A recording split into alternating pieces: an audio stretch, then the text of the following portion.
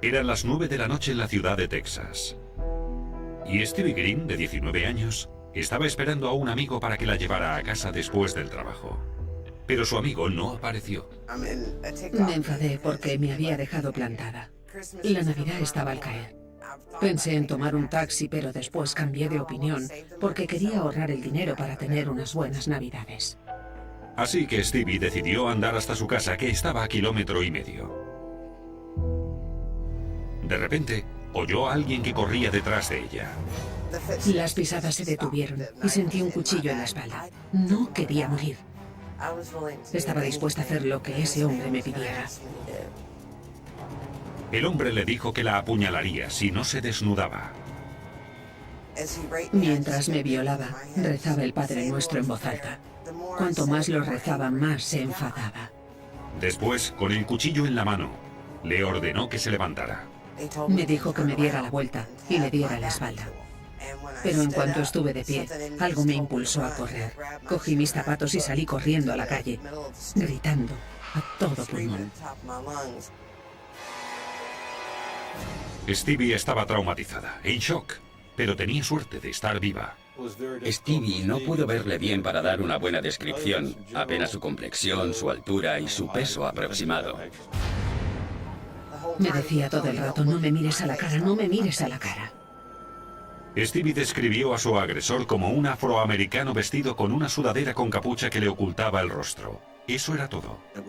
Me sorprendió que la atacara a las 9:15 de la noche, por una calle por la que yo había pasado y por la que hasta ese día había dejado que fueran mis hijos. No se encontraron pistas sobre la identidad del violador en la escena del crimen, pero sí se recuperó su ADN con las pruebas biológicas del examen por violación. Por desgracia, aquel perfil del ADN no coincidía con ninguno registrado en la base de datos estatal de delincuentes. La policía comprobó las fichas de delincuentes sexuales conocidos que vivieran cerca de la escena del crimen. Uno de ellos les llamó la atención. Kenneth Ray Johnson acababa de mudarse a la ciudad de Texas tras cumplir 25 años por violación. Resultaba muy sospechoso porque se acababa de mudar. No quiso cooperar al principio, pero al final cedió. Tenía varias coartadas, si no me equivoco. Johnson negó estar involucrado. Como estaba bajo libertad condicional, llevaba un brazalete electrónico que permitía seguir sus movimientos con tecnología GPS. Así se demostró que Johnson estaba en casa en el momento de la violación. Además, su ADN no coincidía con el del violador. No estaba en ese lugar el día que Stevie Green fue violada. Nunca dudé que lo encontraría. Sabía que de algún modo acabaría pagando por lo que había hecho. Pero, ¿podrían cogerlo antes de que volviera a atacar?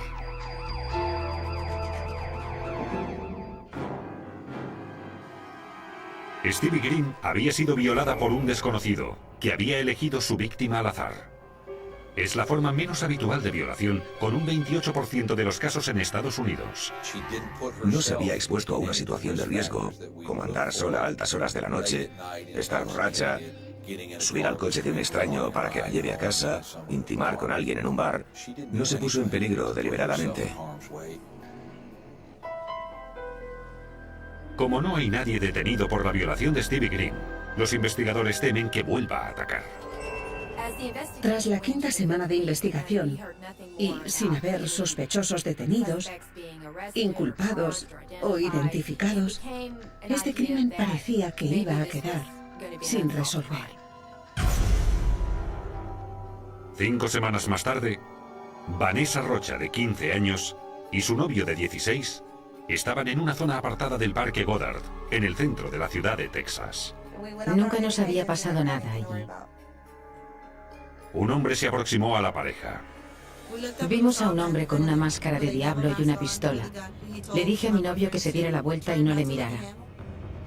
El hombre apuntó al chico con la pistola y le ordenó a ella que se desnudara.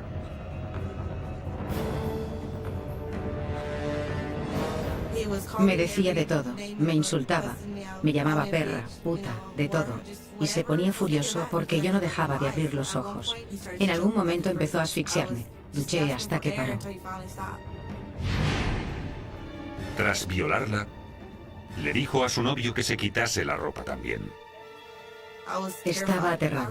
Creí de verdad que nos mataría. Estas cosas no se pueden explicar. Pidió la llave del coche de la pareja y huyó. Nos dijo que no nos levantáramos hasta que arrancara el coche.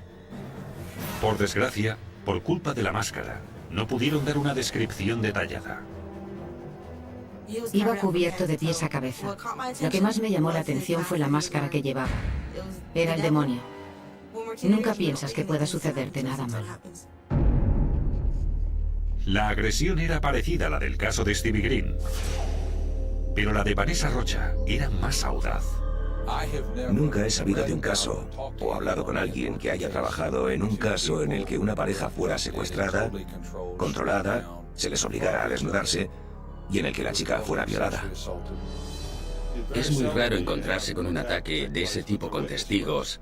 Los agresores sexuales no quieren que haya testigos. Los restos biológicos extraídos tras la violación fueron analizados y los resultados demostraron que el violador había sido el mismo en ambos casos. A la mañana siguiente, la policía encontró el coche de los adolescentes cerca del lugar donde Vanessa fue agredida. Nos dimos cuenta de que no se había quedado con el coche mucho tiempo. Y por lo tanto empezamos a centrarnos en la idea de que vivía en aquella zona. Esta era la zona que le resultaba más cómoda para actuar, porque le era muy fácil volver a casa donde quiera que estuviese. No obstante, la policía no encontró huellas digitales desconocidas ni otras pruebas en el coche. A la noche siguiente, hacia las 2 de la madrugada, dos mujeres caminaban a casa al salir de una discoteca cuando se les acercó un hombre enmascarado con una pistola. Secuestró a ambas a punta de pistola. Las llevó detrás de una escuela a una especie de callejón sin salida. Era alguien que controlaba por completo a dos personas y humillaba a una delante de la otra. Agredió a una de las mujeres, pero no a la otra. De nuevo otra violenta agresión sexual. Muy audaz, muy atrevida, delante de un testigo. De nuevo se mostró muy airado, muy humillante. Un verdadero obseso del control. Las dos mujeres dijeron que era un joven de color. Solo pudieron verle los ojos y la boca. Pero sí distinguieron una característica distintiva. El agresor llevaba un diente de oro. Por fin la policía contaba con algo, aparte de su ADN, que pudiera identificarlo.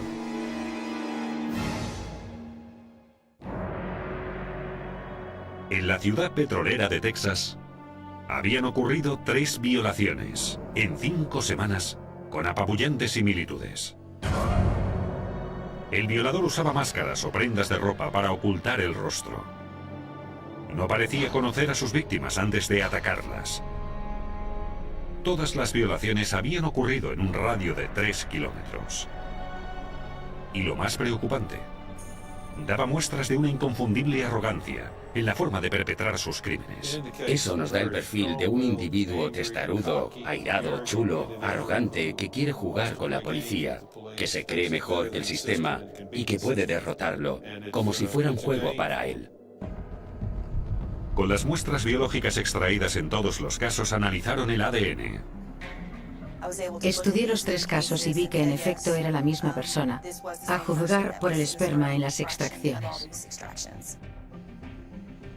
La policía se enfrentaba a un violador en serie y estaba muy preocupada por su siguiente paso. A todos nos preocupaba la escalada de las agresiones. Muchas veces el violador en serie se convierte en asesino en serie o comienza a dejar a sus víctimas malheridas. Así que estábamos muy preocupados. La única pista sobre la identidad del violador es la de una testigo que recuerda un incisivo de oro. Los investigadores estudian las fichas de las personas de la zona que pueden encajar con esa descripción. Encuentran a una, Chad Price, un obrero de 29 años. Chad Price estaba casado. Tenía hijos y parecía participar activamente con su familia en las actividades de la comunidad. Tenía fama de ser descarado, burlón cínico y desafiante. Price no había sido detenido hasta entonces, pero sí había sido sospechoso de robo el año anterior. Estos se caracterizaban porque el autor llamaba a los periodistas para jactarse de sus crímenes. A veces llamaba y decía que iba a robar en un edificio. Otras llamaba y amenazaba a los periodistas de muerte. En una ocasión en particular, incluso llamó al departamento de policía para decirles que les vigilaba mientras investigaban el caso. La audacia de los robos recordaba el de las violaciones. La policía se llevó a Chad a comisaría para interrogarlo. Sabíamos que no teníamos suficientes pruebas para pedir una orden para realizar exámenes de ADN y que él también lo sabía. No había nada concreto que le relacionara con las agresiones sexuales y él lo negó todo. Tampoco quiso aportar su ADN. El detective Getchus quería obtenerlo legalmente sin que él se diera cuenta. He aprendido de series de televisión como Crímenes Imperfectos que se puede obtener una muestra de ADN de una lata o de una colilla de forma legal. Durante el interrogatorio de Chad Price, el detective Getchus le ofreció una lata de refresco. Al terminar el interrogatorio, Chad no se había terminado el refresco. Había una bolsa de basura limpia en la papelera y él estaba a punto de tirar la lata. Pero le dije, no la tires, goteará y lo ensuciará todo.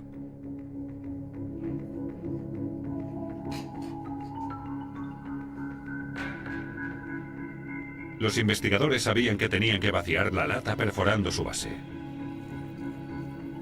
En estos casos, lo mejor es vaciar la lata de forma que el contenido no se derrame y pueda afectar el ADN de la boca alrededor de la abertura del recipiente. Ya se podía analizar la lata. Al día siguiente, antes de que llegaran los resultados del ADN, se produjo otra violación a unos 16 kilómetros. Una chica de 17 años y su novio de 22 habían aparcado cerca del embarcadero del río Dickinson Bayou cuando fueron atacados de repente. Eran dos personas, un chico y una chica, y el agresor apareció de la nada. Abrió la puerta, sacó una pistola y les ordenó que salieran del coche. Así empezó su historia de terror. El hombre violó a la chica a punta de pistola, mientras su novio lo presenciaba sin poder hacer nada. Eligió a las víctimas perfectas. Un par de chicos jóvenes allí, en una zona desierta. Los investigadores estaban convencidos de que había sido obra de Chad Price. En el laboratorio del ADN, Christy Wimsatt extrajo los restos biológicos de la boca de la lata. Buscaba una transferencia de saliva o de células de la piel de la boca en la abertura de la lata. Se extrajo un perfil de ADN que coincidía con el ADN de todos los casos de violación. Llamé al Departamento de Policía de Texas para comunicarles que la persona que había bebido de esa lata era el autor de todas las violaciones de la zona. El 12 de septiembre de 2000, Chad Price fue arrestado y acusado de los crímenes. Consiguieron una orden judicial para registrar el cobertizo donde Price guardaba algunos objetos. Se encontró un saco marinero. Dentro había pruebas flagrantes que corroboraban las demás pruebas del caso y los resultados de las pruebas del ADN. Había un pasamontañas de esquí, una máscara de diablo, incluso una pistola.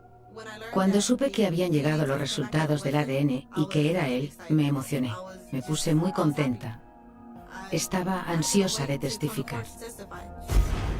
A pesar de las pruebas, Price seguía negando cualquier relación con el caso e insistía en que las pruebas de la lata de refresco estaban falsificadas.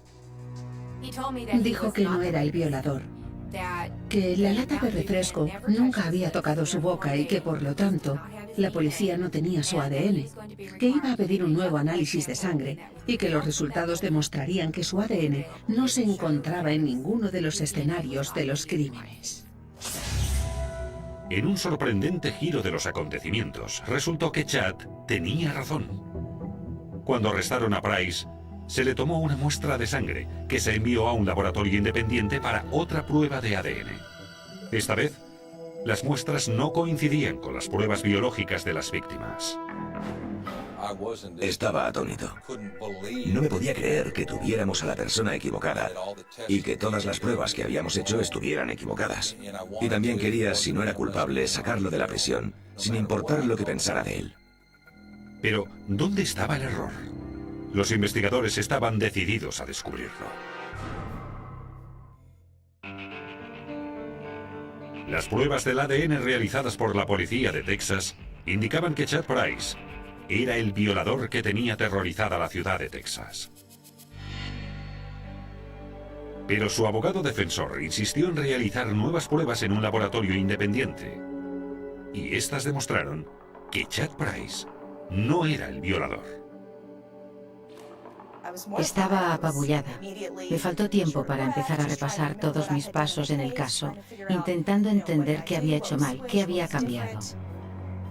La acusación no podía creer que se tratara del hombre equivocado. La muestra de sangre para el laboratorio independiente se le había extraído mientras estaba detenido en la prisión del estado de Galveston. Un técnico fue a la prisión, comprobó su identificación, extrajo la sangre y luego escribió el nombre del recluso en el vial que contenía la sangre. Cuando se toman muestras, se toma una huella que acompaña al vial con la sangre. El individuo a quien se le extrajo la sangre también puso su huella digital. Así es que los funcionarios de la prisión compararon la huella del vial de Chad Price con su verdadera huella. Los expertos dijeron, la huella del vial no es la de Chad Price. Genial. El siguiente paso era averiguar a quién pertenecía. La huella desconocida se pasó por el AFIS, el Sistema Automático de Identificación de Huellas. Y hubo una coincidencia. La huella pertenecía a Derrick Perry, de 36 años. Derrick Perry era otro recluso en la prisión estatal de Galveston por cargos no relacionados con este caso. No era un compañero de celda de Chad Price, pero estaba en el mismo módulo. En cada módulo deben haber unos 50 o 60 presos. Dos confidentes reclusos explicaron a los funcionarios de la prisión cómo Chad Price había intercambiado las muestras de ADN. Me confesaron que eran testigos y conocían la estratagema de Chad Price y Derrick Perry para cambiarse los brazaletes en los análisis de sangre. Chad Price simplemente se creía más listo que nadie. Estaba convencido de su poder y de que podía controlar cualquier situación. No sé de dónde le venía esa creencia. El personal médico no les mira a la cara. No distinguen entre Chad Price y Derrick Perry. Llamaron a Chad Price y en vez de él, se levantó Derrick Perry para la extracción de sangre. Otra prueba del ADN confirmó las primeras sospechas de los investigadores. El ADN de los casos de violación era el de Chad Price. Mostró el mismo atrevimiento en la forma de cometer sus crímenes que intentando quedar impune de ellos. En mi opinión, Chad Price cree que puede salirse del sistema en cualquier momento y que es más listo que nosotros. Simplemente no conoce límites. Se trata de un criminal que se creyó más listo que los investigadores e intentó un truco con su propio ADN. El 24 de mayo de 2001, un jurado solo tardó 2 horas en determinar que Chad Price era culpable de violación con agravantes, secuestro y robo en el caso de Stevie Green. Fue también imputado por las otras violaciones y se informó al jurado de su implicación antes de que dictara su condena. Price fue condenado a cadena perpetua más 60 años. Le condenaron a cadena perpetua y me sorprendió porque realmente llegué a pensar que le condenarían a la pena de muerte. Estaba encantada de saber que iba a estar encerrado de por vida. No tengo palabras para expresar lo que sentí, porque no tengo que volver a ver a ese hombre. Nunca tendré que preocuparme de que vuelva por mí. Me encantaría que lo admitiera. Fue lo único del juicio que eché en falta, porque quería que lo reconociera. Quería que dijera, sí, yo lo hice. Derrick Perry, que iba a ser excarcelado al día siguiente de intercambiar los brazaletes, fue acusado de falsificación de pruebas y le condenaron a 5 años más de prisión. A raíz de lo sucedido, la prisión estatal de Galveston ha cambiado los procedimientos de extracción de sangre a los reclusos. Pero la lección que aprendieron los investigadores y Chad Price fue que los criminales pueden mentir, pero la tecnología forense no. De no ser por la lata de refresco que le relacionaba con los casos de agresión sexual, quizás no habrían podido conseguir la orden para obtener la muestra definitiva y compararla con las pruebas de las violaciones. Así que en mi opinión el ADN fue la clave. Estamos orgullosos de haber puesto a una persona como Chad Price entre rejas. Es un alivio tener a alguien tan arrogante y descarado en prisión lo antes posible. Chad Price cree que puede romper cualquier regla del sistema, pero la tecnología supera cualquier prueba en las circunstancias adecuadas. París, invierno de 1978. El viento azotaba las calles del barrio de Montparnasse, con un silbido helado que parecía arrastrar secretos olvidados en cada esquina. Entre la neblina densa y la lluvia persistente, se erguía una mansión extraña, desproporcionada, con una fachada gris que parecía desgastada por el tiempo. Los vecinos la llamaban la Casa de las 13 Puertas Cerradas. Un nombre que no era simple metáfora. 13 accesos, todos sellados con cerraduras macizas, pestillos antiguos y herrajes tan resistentes que resultaba imposible atravesarlos sin llave. Una construcción enigmática, de muros altos, balcones abandonados y ventanas cegadas por cortinas que nunca se movían. La casa estaba habitada por un hombre de apellido que imponía respeto, Armand Vasseur. Coleccionista de arte, solitario, excéntrico, obsesionado con el silencio y con un pasado lleno de sombras. Nadie lo veía salir de día.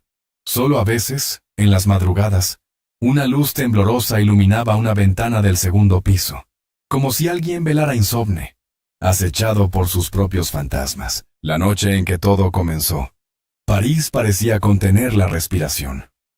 Un taxi pasó lentamente por la avenida Raspail, y el conductor aseguró haber visto una silueta apoyada contra la puerta principal de la mansión, como si buscara entrar a la fuerza. Pero cuando giró la cabeza para mirar de nuevo, la figura ya no estaba allí. En su lugar, solo quedaba la oscuridad húmeda, el reflejo de la farola sobre el adoquinado y el crujido de la tormenta. Esa misma madrugada, un grito rompió el silencio. Era agudo, desesperado, un alarido que salió de las entrañas mismas de la casa. Los vecinos, acostumbrados al mutismo sepulcral de la mansión, se miraron aterrados desde sus ventanas. Nadie se atrevió a acercarse.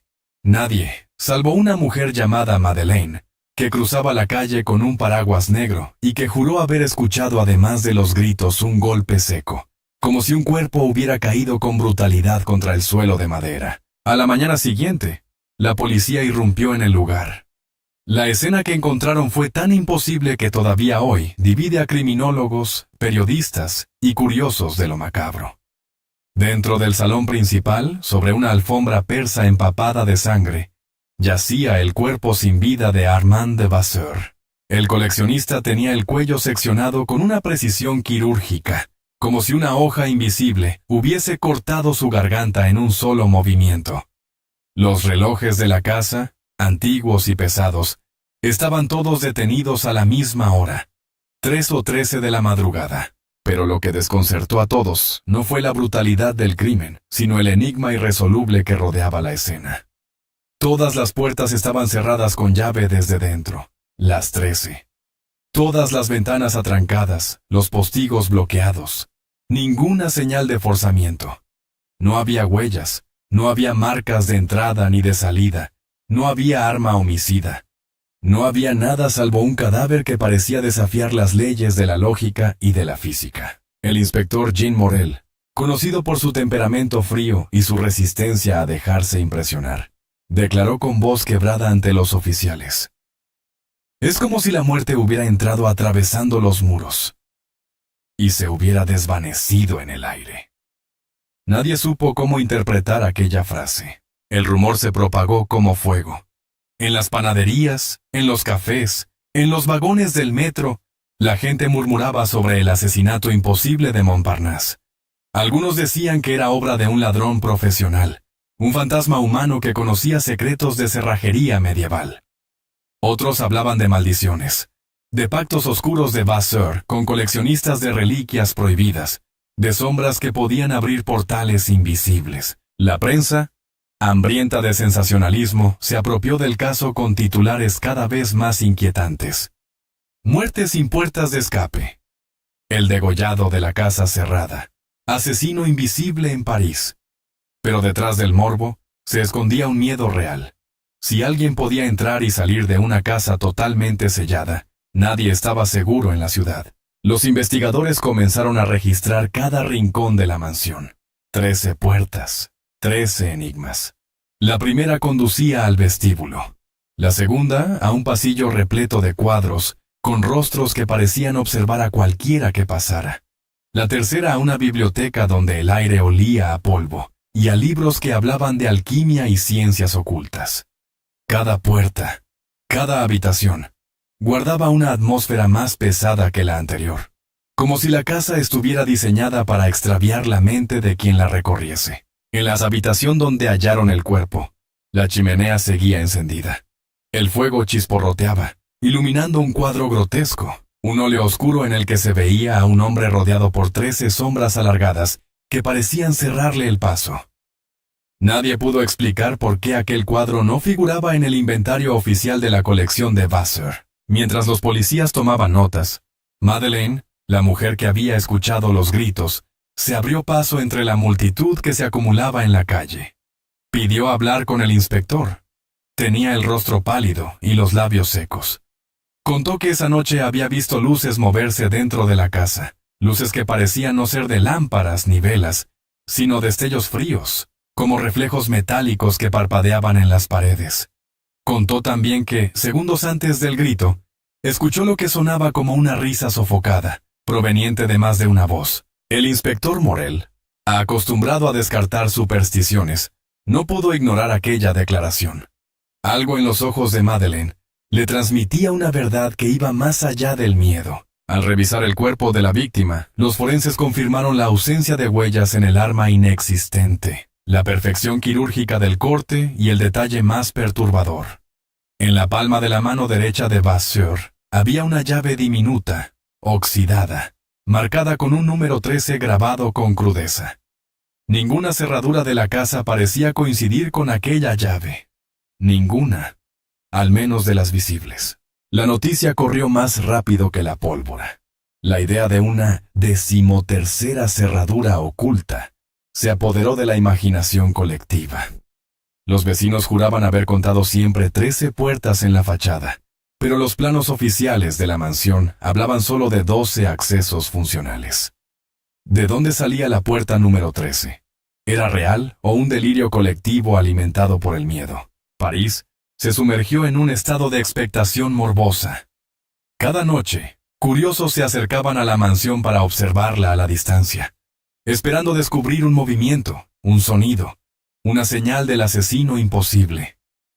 Algunos decían haber visto sombras tras las ventanas clausuradas. Otros juraban que, al pasar frente a la casa, escuchaban un susurro ininteligible, como si los muros mismos trataran de confesar un secreto. Dentro, los investigadores se enfrentaban a un laberinto psicológico. Cada rincón parecía diseñado para confundir. Cada pasillo terminaba en un espejo que deformaba las proporciones. Cada escalera chirriaba como si protestara contra el peso humano.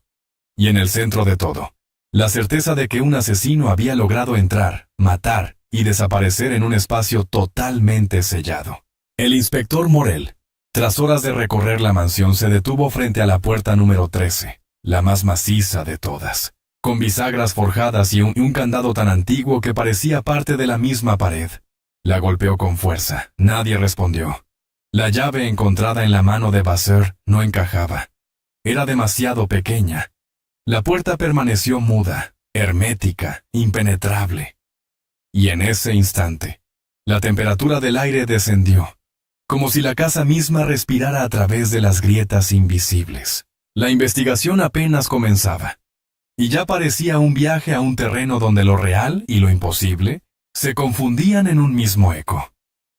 París se preparaba para uno de los casos más perturbadores de su historia, un enigma que no solo cuestionaba la habilidad de un asesino, sino la lógica de la realidad misma. El amanecer en París había teñido de gris los tejados húmedos, pero frente a la mansión de Montparnasse no existía luz capaz de disipar la sombra que la envolvía. Los agentes sellaron el perímetro y, sin embargo, la multitud no se dispersaba. Era como si cada curioso necesitara comprobar con sus propios ojos que aquel misterio era real, como si la simple visión de la fachada pudiera contagiarles parte del secreto. El inspector Morel permanecía en el vestíbulo, con la mirada fija en la mancha oscura que se extendía en la alfombra persa. El cadáver ya había sido retirado al depósito judicial, pero el vacío que quedaba tras él parecía aún más inquietante que la propia presencia del cuerpo. El silencio era pesado, y cada crujido de la madera sonaba como un recordatorio de que algo o alguien seguía allí dentro. De pronto, un oficial entró corriendo. Agitado, con una libreta en la mano. Había revisado los registros de propiedad de la casa. El documento mostraba planos originales que databan de 1892. Según esos papeles, la casa estaba construida con 12 accesos principales, ni uno más. 12, no 13. Pero la realidad, lo que todos podían contar con sus propios ojos, eran 13 puertas alineadas a lo largo de la fachada y de los laterales. ¿Era un error arquitectónico? ¿Una manipulación posterior? ¿O había algo más? Morel ordenó una inspección detallada puerta por puerta. La número 1, la del vestíbulo, resistía como un guardián mudo. La número 2 conducía al pasillo de los cuadros. La 3, a la biblioteca. Así hasta la 12. Todas correspondían a habitaciones verificables. Pero la número 13 permanecía muda, sellada, sin que nadie pudiera dar fe de lo que escondía detrás. Mientras los agentes intentaban derribarla con mazos y herramientas, la puerta se burlaba de cada golpe. Vibraba, retumbaba, pero no cedía. Era como si la madera estuviera viva, respirando, absorbiendo la violencia sin dejar rastro. A cada intento, un eco metálico recorría los pasillos, obligando a los presentes a mirarse con temor. Uno de los más jóvenes susurró: «Parece que no quiere que entremos». Pero lo que más desconcertó al inspector fue que, tras cada golpe, el aire en el salón se enfriaba perceptiblemente. Los hombres empezaron a frotarse las manos, a sentir un sudor helado en la nuca. Madeleine, la mujer testigo, que aún permanecía cerca de la escalera, se llevó la mano al pecho y dijo con voz quebrada: «La casa está despierta, lo siente todo». Nadie respondió, pero en los ojos de los presentes había un brillo de miedo que nadie podía disimular. Horas más tarde, en la morgue, el forense Jacques Duval trabajaba sobre el cuerpo de Vasseur. Cada movimiento del bisturí confirmaba la misma paradoja. La herida en el cuello era imposible de reproducir con un arma conocida. El corte era tan limpio, tan perfecto, que parecía producto de una máquina diseñada con una precisión que no pertenecía a la época. Duval, incrédulo, deslizó el bisturí sobre la piel del cadáver y descubrió un detalle aún más perturbador. En la base del cuello, justo donde comenzaba la incisión, había una marca diminuta, casi invisible, en forma de círculo. No era un tatuaje. Era una quemadura, como si un metal ardiente hubiera rozado la carne antes del corte. Al mismo tiempo, en la comisaría, llegaban informes sobre el pasado de Armand Vasseur. Hijo de un comerciante arruinado, había heredado la casa en los años 50 y la había convertido en un refugio hermético. Se decía que compraba arte prohibido, piezas robadas en guerras, reliquias de monasterios destruidos, objetos con historias que nadie quería recordar. Una de las piezas más mencionadas era una caja de madera cubierta de símbolos extraños, traída de un convento abandonado en las afueras de Praga. Nadie sabía qué había dentro. Nadie la había visto desde hacía años. Cuando Morel escuchó ese informe, el nombre de la caja se le quedó grabado como una obsesión. Podía estar relacionada con la llave encontrada en la mano del muerto, Podía ser que la 13ª puerta no fuera un acceso común, sino la entrada a un lugar donde Vasseur guardaba sus piezas más secretas. Esa misma noche, el inspector regresó solo a la mansión. Quería probar algo que no se atrevía a pedir a sus hombres. Caminó por el pasillo con una lámpara en la mano, el eco de sus pasos resonando como si alguien le siguiera.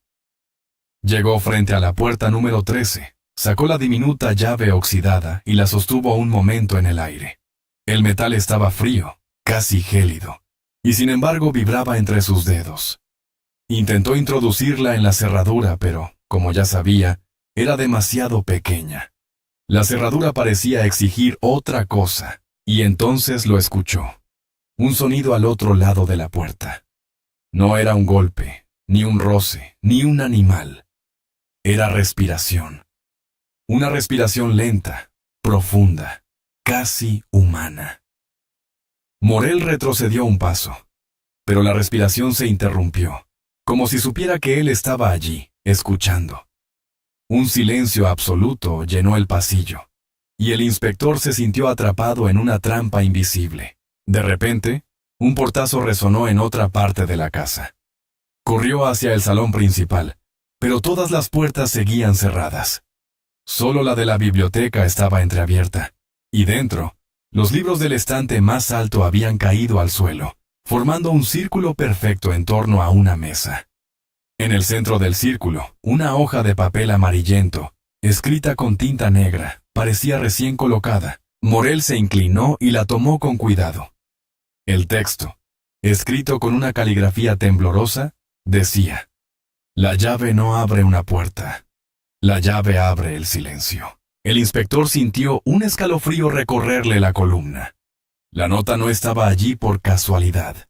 Alguien o algo la había dejado después del crimen, en el corazón mismo de la casa vigilada por la policía. Y lo peor, la caligrafía no era desconocida, coincidía con la de Armand Vasseur. ¿Cómo podía un hombre muerto escribir un mensaje después de su asesinato? Esa misma noche, mientras Morel guardaba la nota en su bolsillo, las campanas de la iglesia cercana repicaron las 11. Afuera, la lluvia caía como cuchillas de vidrio. Y dentro de la casa, en lo más profundo de sus muros, un eco reverberó. No era viento, no era madera. Era una risa, apagada, múltiple, como si 13 gargantas invisibles se burlaran de la cordura de los vivos. El inspector sintió que no había regreso posible.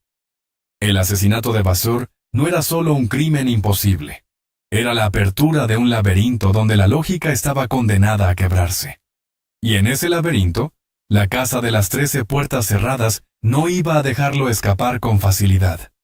El inspector Morel no durmió esa noche. La nota encontrada en la biblioteca lo quemaba en el bolsillo como si estuviera hecha de brasas vivas. La llave no abre una puerta. La llave abre el silencio. Esa frase se repetía en su mente una y otra vez, como un eco imposible de detener. ¿Qué silencio? ¿Qué significaba abrir algo que, por naturaleza, es vacío? A la mañana siguiente, regresó a la jefatura con el rostro demacrado y los ojos hundidos por la vigilia. Sus colegas notaron el temblor en sus manos, pero él no dio explicaciones. Ordenó reunir a todos los agentes en la sala de conferencias y colocó la nota sobre la mesa. Los hombres la observaron con escepticismo, hasta que Morel dijo en voz baja: «La caligrafía es de la víctima. Lo comparé con sus cartas y diarios personales. No hay duda. Vasseur escribió esto, después de estar muerto». El silencio fue absoluto. Nadie se atrevió a responder. Solo se escuchaba el zumbido tenue de la lámpara en el techo. Finalmente, un oficial de rostro joven preguntó: «¿Está diciendo que estamos persiguiendo a un fantasma?» Morel no contestó. No podía admitir semejante idea, pero tampoco podía descartarla. Lo único cierto era que algo estaba jugando con ellos, algo que no respetaba las reglas conocidas. Esa tarde, Madeleine volvió a buscar al inspector. Su rostro pálido parecía aún más apagado bajo la lluvia incesante. Traía un sobre en la mano. Dijo que lo había encontrado en el alféizar de su ventana al despertar, aunque vivía en un tercer piso inaccesible desde la calle.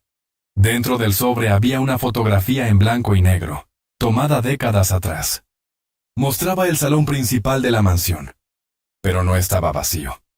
13 personas aparecían de pie en círculo, vestidas con ropas de distintas épocas, desde trajes decimonónicos hasta atuendos de los años 40.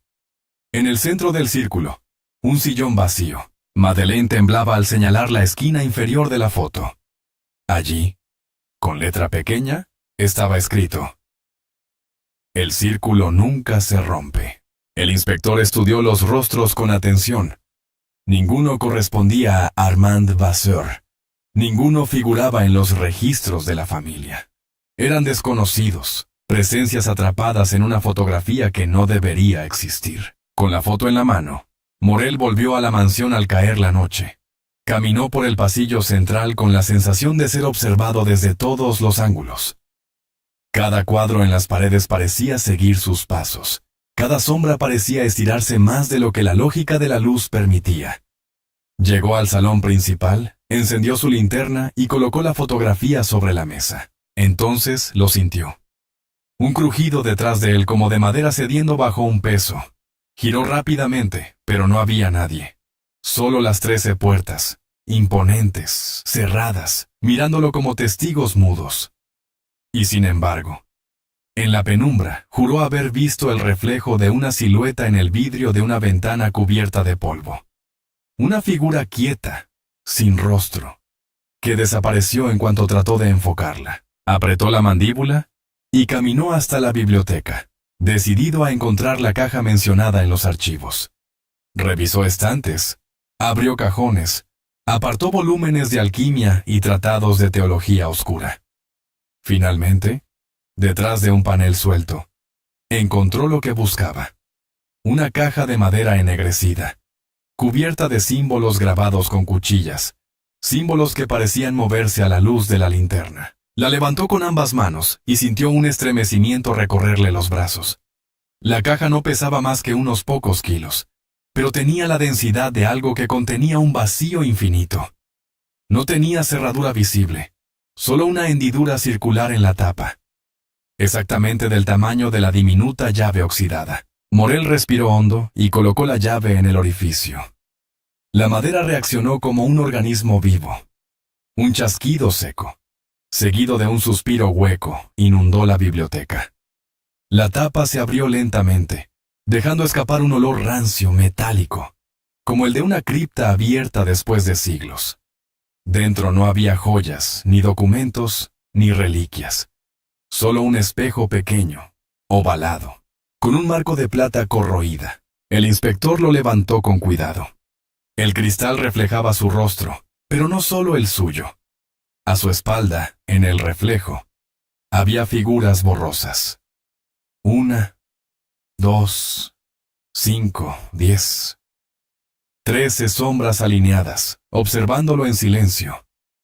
Se giró bruscamente, apuntando con la linterna. La biblioteca estaba vacía, pero en el espejo, las sombras seguían allí, inmóviles, esperando. Un golpe seco lo sacó del trance. Venía del salón. Corrió con el espejo en la mano, pero al llegar, encontró algo aún más perturbador. Sobre la alfombra, en el mismo lugar donde había muerto Vasseur, ahora había marcas frescas, 13 huellas ensangrentadas, pequeñas, como de pies descalzos, formando un círculo perfecto. Morel retrocedió, con la respiración acelerada. El espejo temblaba entre sus dedos, y entonces lo escuchó. Claro, inconfundible. Una voz susurrando su nombre desde el otro lado de la sala. Jean. El corazón le golpeó en el pecho como un martillo. Reconocía esa voz.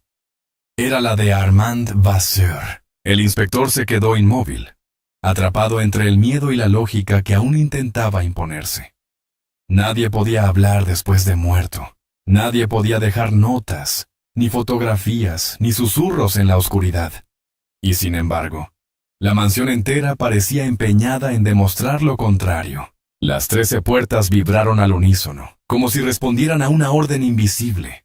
El aire se tornó pesado, irrespirable. Morel sintió que los muros se estrechaban, que la casa lo absorbía hacia un secreto que ya no podía evitar. Aferró el espejo contra su pecho y cerró los ojos un instante, sabiendo que, al abrirlos, nada volvería a ser igual, porque la casa de las 13 puertas no solo escondía un asesinato imposible, escondía un ritual, un círculo que jamás se rompe. Y ahora, él era parte de él. El inspector Morel salió de la mansión al amanecer, con el rostro pálido y el espejo oculto bajo su abrigo. La lluvia había cesado, pero el aire seguía cargado, como si las nubes se negaran a abandonar el cielo sobre Montparnasse. Caminó hasta su coche con pasos vacilantes, sin mirar atrás, consciente de que si lo hacía podría ver las 13 sombras, siguiéndolo desde las ventanas clausuradas. En la comisaría, guardó el espejo en un cajón cerrado con llave y se encerró en su despacho. Necesitaba ordenar las piezas de un rompecabezas que ya no obedecía a ninguna lógica conocida.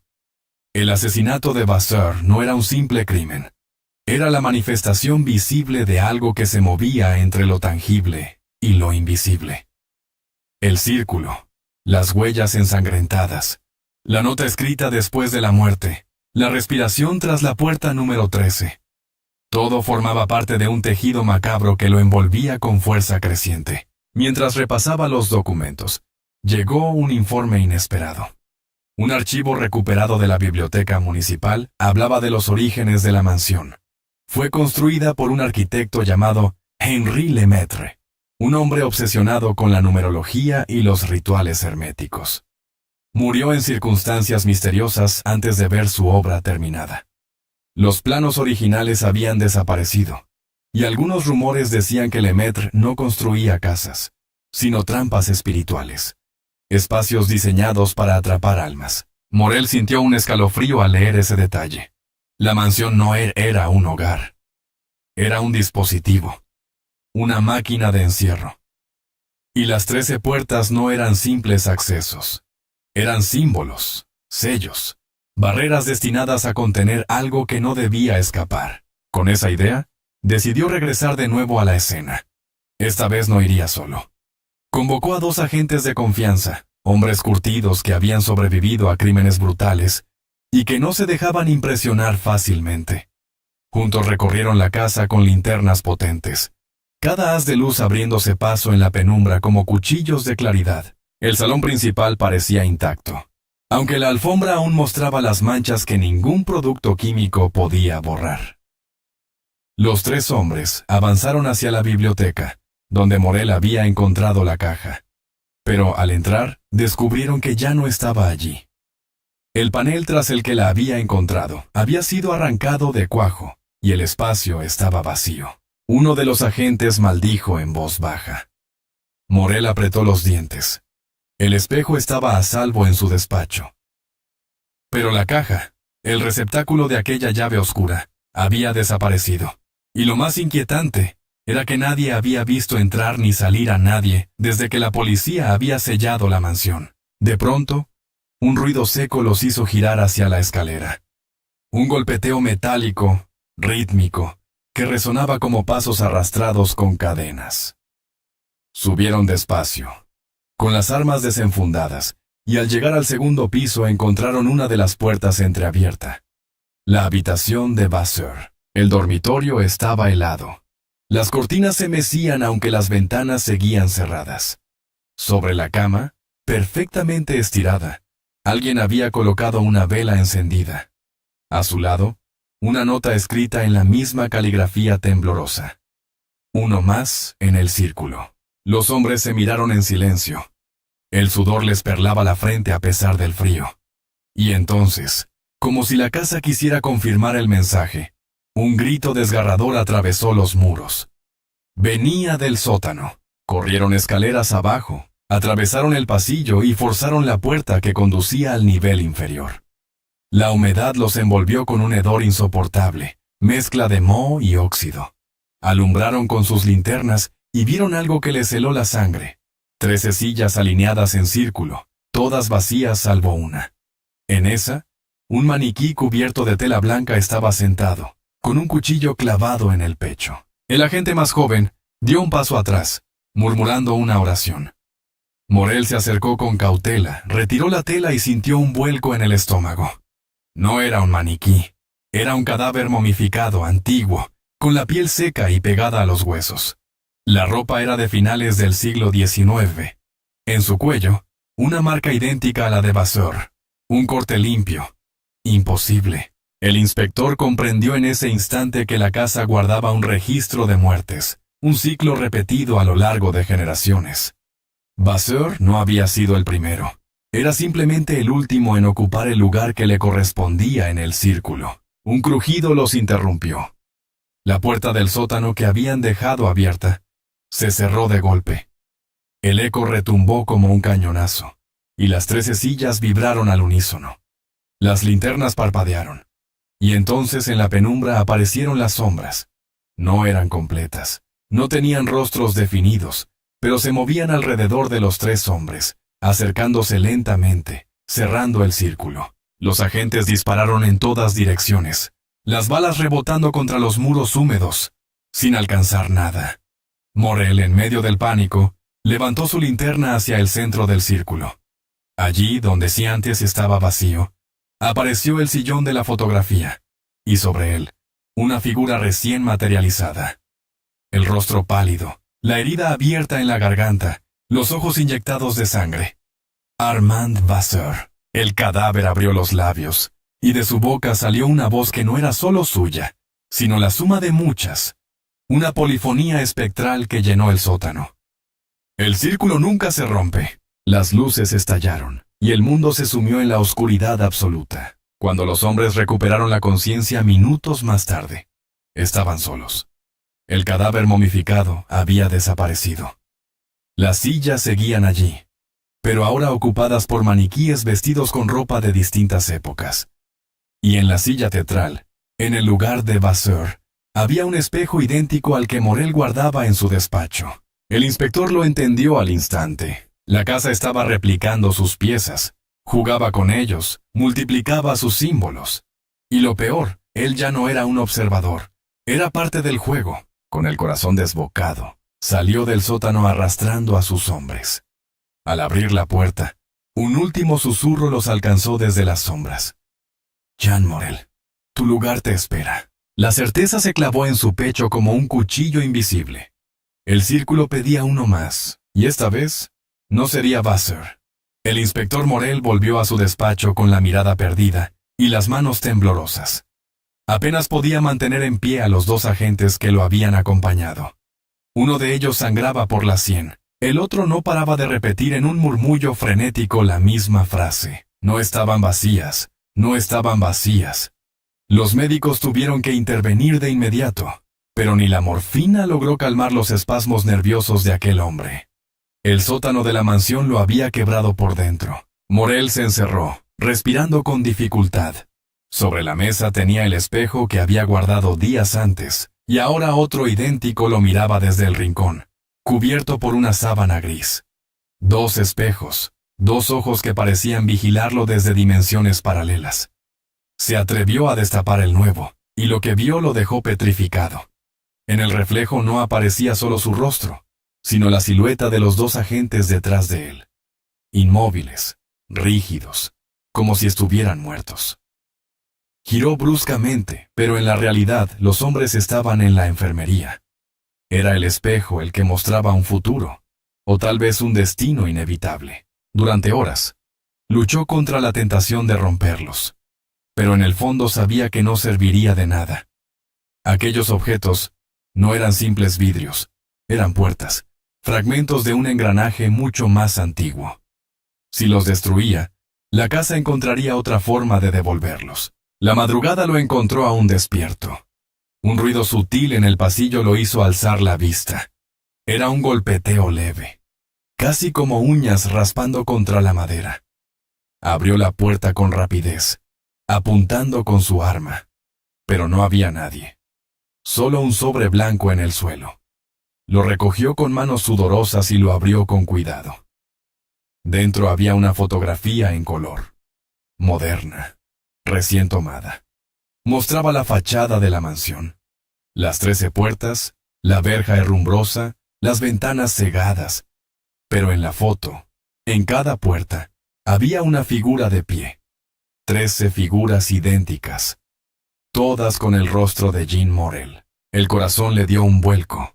Aquello no era una advertencia, era una sentencia. Al día siguiente, París despertó con una noticia inquietante. Madeleine, la mujer que había sido el primer testigo de los gritos, había desaparecido.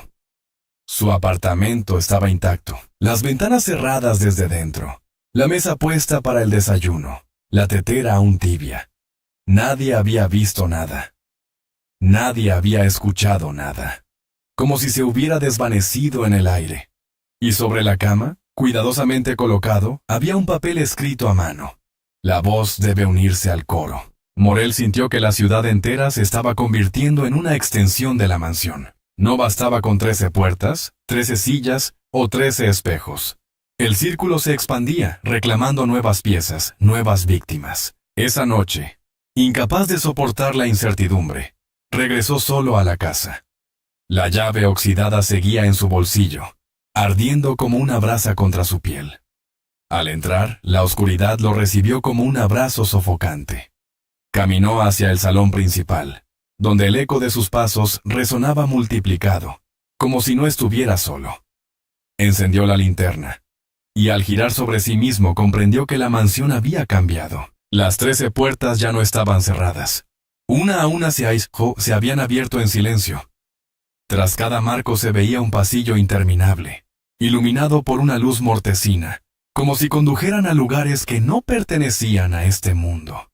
Desde cada uno de esos corredores surgía un murmullo distinto, risas apagadas, llantos infantiles, cánticos en lenguas desconocidas. Morel sintió un vértigo insoportable, como si estuviera al borde de un precipicio invisible. El aire olía a óxido y a ceniza. Dio un paso hacia atrás, pero la puerta principal se cerró de golpe tras él. El estruendo retumbó en sus huesos. Estaba atrapado. Respiró hondo. Aferró la linterna y eligió una de las puertas al azar, la que se abría hacia un corredor revestido de espejos. Avanzó con cautela, observando su reflejo multiplicarse en infinitas versiones de sí mismo. Pero a medida que se internaba, los reflejos comenzaron a cambiar. Ya no lo imitaban. Algunos sonreían cuando él no lo hacía, otros lo observaban con los ojos enrojecidos.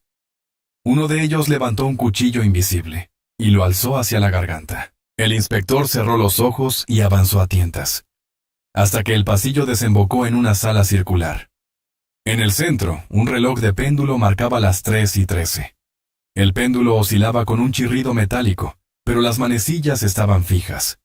A su alrededor, 13 espejos idénticos al que él guardaba. En cada uno, una figura sentada en círculo. Y en todos, sin excepción, el rostro del inspector Jean Morel, degollado. Un grito ahogado escapó de su garganta, pero entonces lo oyó otra vez. La respiración detrás de él, lenta, pesada, inhumana. Giró con violencia, y frente a él se alzaba la silueta de Armand Vasseur, con la herida aún abierta en el cuello, sonriendo con labios ensangrentados. El muerto extendió la mano hacia él y susurró con una calma aterradora. «El círculo se cierra contigo». Morel retrocedió, pero el espejo más cercano vibró con fuerza y lo reflejó de rodillas, con la garganta abierta. El inspector comprendió que no había escapatoria. Cada paso que daba lo acercaba más a su lugar en el ritual. En ese instante, las campanas de la iglesia de Montparnasse repicaron a lo lejos. Un sonido grave, profundo, que atravesó los muros de la mansión. Y con cada campanada, una puerta del salón se cerraba sola. 1, 2, 3, hasta que solo quedó abierta la número 13. Morel entendió que el momento había llegado. La llave oxidada ardía en su bolsillo como una sentencia final. Con el pulso acelerado y la respiración entrecortada, caminó hacia la puerta maldita. La cerradura lo esperaba como una boca hambrienta. Introdujo la llave, y esta vez encajó a la perfección. Un giro, un chasquido, y el mundo se detuvo. La puerta se abrió lentamente, revelando un abismo de oscuridad en el que 13 voces murmuraban al unísono. Bienvenido al círculo. Y el inspector Jean Morel, por primera vez en su vida, sintió un miedo tan absoluto que comprendió que jamás volvería a ver la luz del día. La puerta número 13 se abrió con un lamento grave, un sonido que no provenía de la madera sino de algo vivo, profundo, como si la casa entera hubiera exhalado después de años conteniendo la respiración. El inspector Jean Morel sostuvo la linterna con manos temblorosas y dio un paso hacia adelante.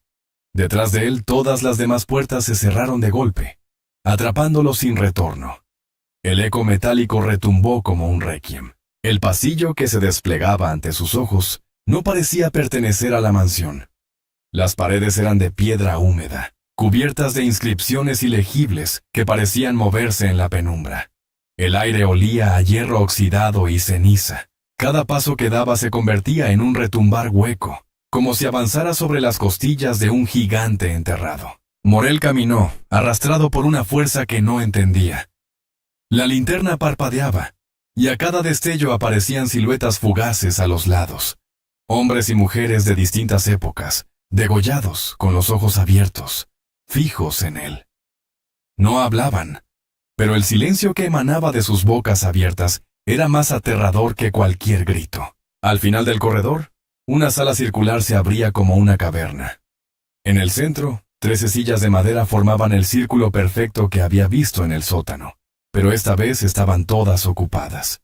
13 figuras inmóviles lo observaban, cubiertas con túnicas negras. Ninguna tenía rostro visible, y en la silla número 13, la única vacía, lo esperaba su lugar. El inspector retrocedió, pero la puerta detrás de él había desaparecido.